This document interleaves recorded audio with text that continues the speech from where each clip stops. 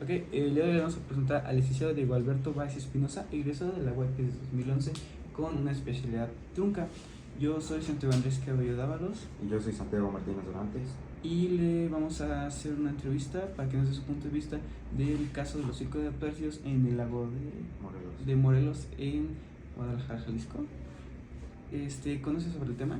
Claro, sí estuve enterado de la situación.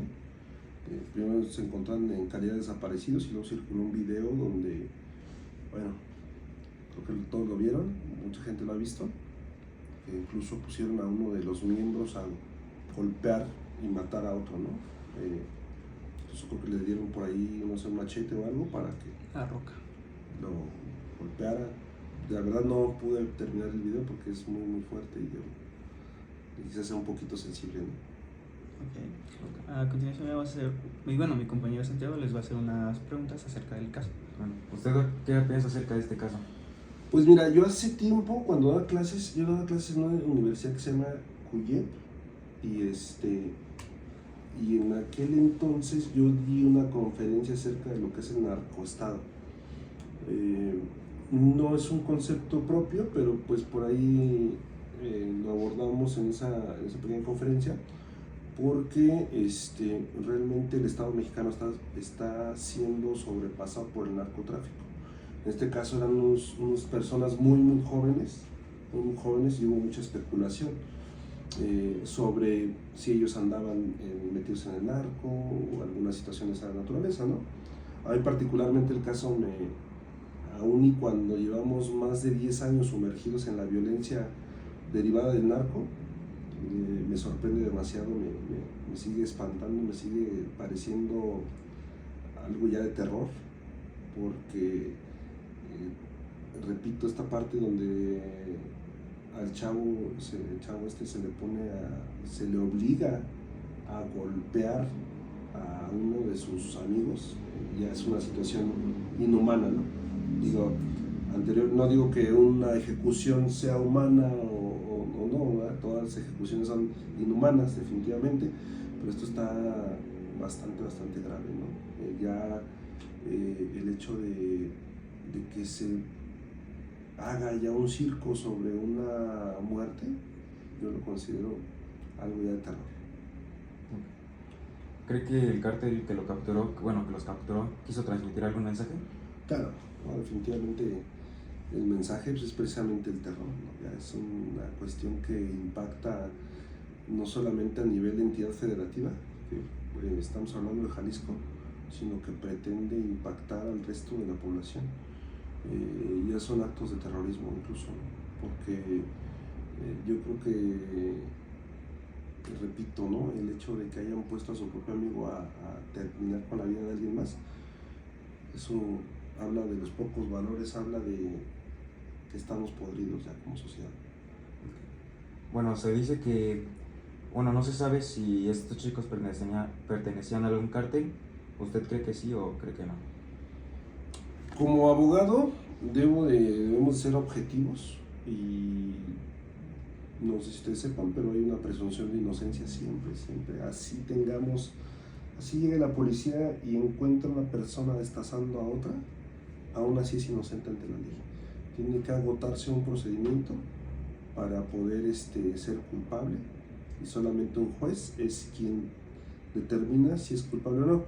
En ese sentido yo te pudiera decir, para mí no lo eran, no pertenecían a ninguna delincuencia, algún tipo de delincuencia organizada, ninguna organización. Me parece que el tema fue por otro lado, ¿no? En este tipo de casos en el que los cárteles hacen este tipo de cosas, ¿cómo proceden las autoridades? Híjole, hablar del proceder de las autoridades, pues muchas veces deja mucho que desear, ¿no? Porque luego andan agarrando a gente que ni siquiera es, porque el asunto se vuelve mediático. El asunto es mediático en el sentido de que muchas veces la impartición de justicia se ve presionada por los medios de comunicación, porque está viral, como le llaman ahora a ustedes, ¿no? Se viralizó. Eso complica la impartición de justicia, porque evidentemente evidentemente detienen a cualquier persona para poner y darle un resultado a la sociedad, pero muchas veces no sabemos si realmente ellos participaron o no. Me parece que lo hacen con miedo, me parece que la autoridad hoy en día actúa con mucho temor, porque están sobrepasados. O sea, realmente el armamento que utilizan hoy en día la delincuencia organizada, sobre todo ya lo que son los cárteles, pues no se comparan las armas que trae un policía municipal. Usted, para este caso, por así decirlo, ¿cómo habría intervenido o cómo habría ayudado, por así decirlo? A la sociedad. A la sociedad o a las familias de los afectados. Pues una de las funciones de los abogados es precisamente ejercer lo que se conoce técnicamente como la asesoría jurídica. Y la asesoría jurídica tiene una función como de vigilar el actuar del fiscal. La sociedad y las víctimas, que en este caso víctimas son los padres, porque las otras personas ya fallecieron, perdieron la vida. Las víctimas como tal son los papás, la familia, puede ser alguna novia, etc. Sería orientándolos, decirles cómo es el procedimiento, en qué consiste el procedimiento, quizás aportando pruebas, investigando, porque tenemos esa facultad de investigar. Entonces esa pudiera ser alguna aportación que nosotros como abogados podemos hacer. Ok. Las autoridades, bueno, ¿usted cree que las autoridades sí buscan a los responsables, o sea, a los del cártel? Híjole, yo particularmente dudo mucho de la autoridad mexicana. Perdón que se los diga a ustedes como jóvenes estudiantes, pero repito, muchas veces me ha tocado asuntos donde mis clientes no han hecho absolutamente nada, pero el Estado se rige por estadísticas. Si el Estado no le otorga estadísticas a la sociedad, a la población, el gobierno como tal no le da resultados a la sociedad, se mete en un problema. Pudiera causar un conflicto social tremendo, ¿no? Hemos visto ya algunas manifestaciones como son los linchamientos, sobre todo en el Estado de México y en la zona conurbada de la Ciudad de México, donde los asaltantes de combis han sido linchados, ¿no? Entonces eso habla de que ya no hay una ley, ya no hay autoridad y consecuentemente la gente actúa, ¿no? para hacer justicia, para protegerse incluso, ¿no?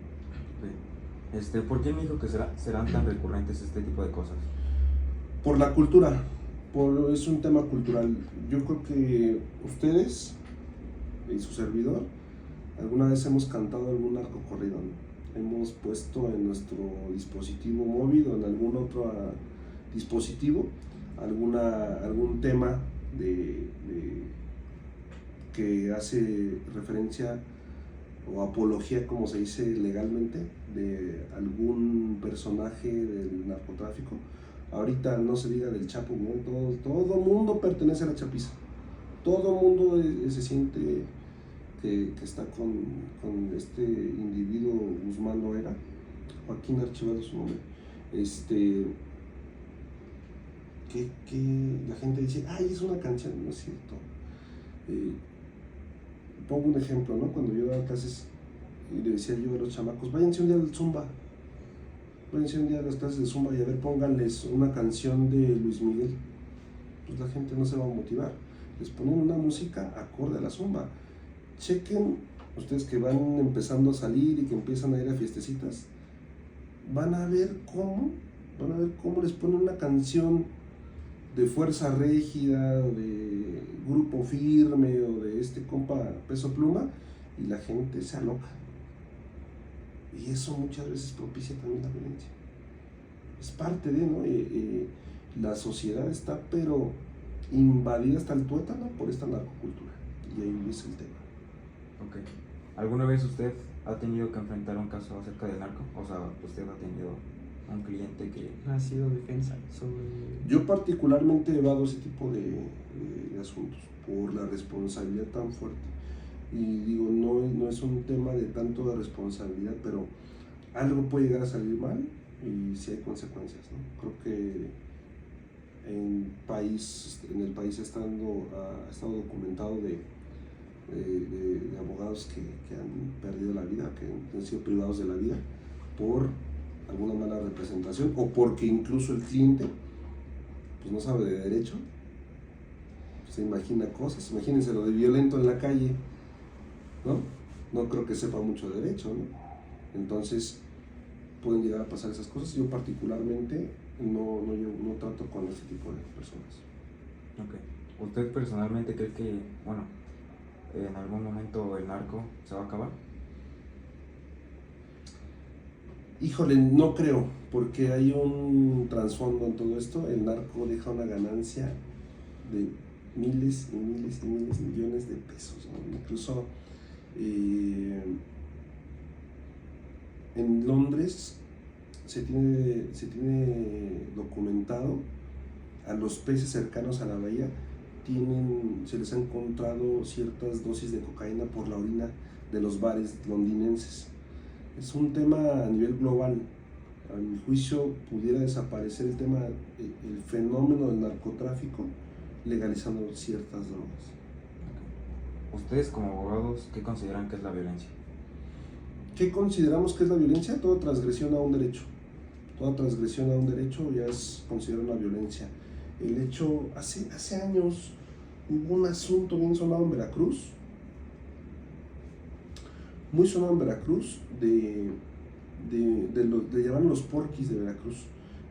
Uno era mi tocayo Diego, y él le tocó su parte íntima a una menor de edad y decía que no era nada, ¿no? De hecho la autoridad lo soltó que porque no era nada.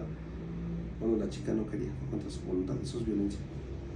Por muy mínima que le pudiera parecer a alguien, pues eso es violencia. Hablando de violencias, por ejemplo, una de las más comunes puede ser la física. Para usted, ¿en qué consiste este tipo de violencia? ¿En qué consiste o cómo? O sea, ¿qué se considera? ¿Qué se considera? Violencia física, pues todo golpe donde se utilizan no solamente el cuerpo, sino también herramientas, ¿no? Algún objeto vulnerante, le llaman los peritos, objetos vulnerantes, así se conoce. ¿Usted cuántos casos de violencia ha tenido? Casos de violencia, no, pues incontables casos, ¿no? Mucha violencia familiar, homicidios. Antes les comentaba, llevé una desaparición forzada cometida por particulares agravada, lesiones. Ahorita mismo llevo la defensa de un chavo de una comunidad de aquí que primero lapidaron, es decir, lo golpearon con piedras en la cabeza y luego lo atropellaron. Y estuvo una muerte bastante violencia, fue traumatismo craneoencefálico. Pero también llevé el caso de un anexo aquí en San Juan del Río, donde uno de las personas que no se llaman anexos, se llaman centros de rehabilitación de adicciones. A este cuate lo golpean, le rompen una costilla, pero eso no fue la causa de la muerte porque él broncoaspiró líquido hemático. Él se ahogó con su sangre. Esta persona fallece porque le dieron de tomar alcohol del 96, le revienta una úlcera y es la forma en que él empieza a sangrar por dentro y broncoaspira el líquido hemático. Eso estuvo muy. ¿Cuál cree que es la violencia más común? O sea, la física es una de muchas, pero por así decirlo, o los casos que ha llegado a tener, ¿cuál es la más común? Una de las violencias más comunes la que usted y más normal y que casi no detectamos es la violencia económica. La violencia económica está muy canija en todas las categorías de la vida humana. Vete a un tema de interacción familiar, el deudor alimentario, que puede ser cualquiera de los padres, no solamente el papá, pero es muy común que sea el papá, también puede ser la mamá, pero muchas veces esa persona que tiene una obligación con su hijo o su hija no da dinero, y eso es violencia, es un tipo de violencia, y eso se da a cada rato. muy, muy normalizado. Muchas veces se ha normalizado la violencia en México, pero no llegamos a pensar que muchas cosas se consideran violencia. Entonces, ¿cómo se presenta la violencia en México? O sea, ¿desde qué punto? Yo creo que la violencia surge desde casa. Desde casa, porque ahora está muy utilizado el término de la responsabilidad afectiva, ¿no? Por ejemplo, pero muchas veces es tu propia familia la que te dice, estás feo, eres de cierto color, tu voz, tus preferencias. Ahí se va representando la violencia y evidentemente va escalando a niveles bastante críticos, ¿no? Okay. ¿Qué podríamos hacer nosotros como mexicanos para eliminar la violencia física? Mira, a mí me parece fundamental, porque yo di clases 5 años en una universidad privada. Cuando llegan los chavos a la universidad, no saben ni leer. Me tocó ver chavos que no saben ni leer. Y considero que uno de los aspectos en los que debe trabajar México es en la educación. Sin educación no vamos a llegar a ningún lugar. Hoy en día, por ejemplo, no me voy a poner romántico. Cuando tenían la edad de ustedes, escuchaba bandas como AC/DC, Metallica, otros tipos de bandas, se metían años a hacer un disco.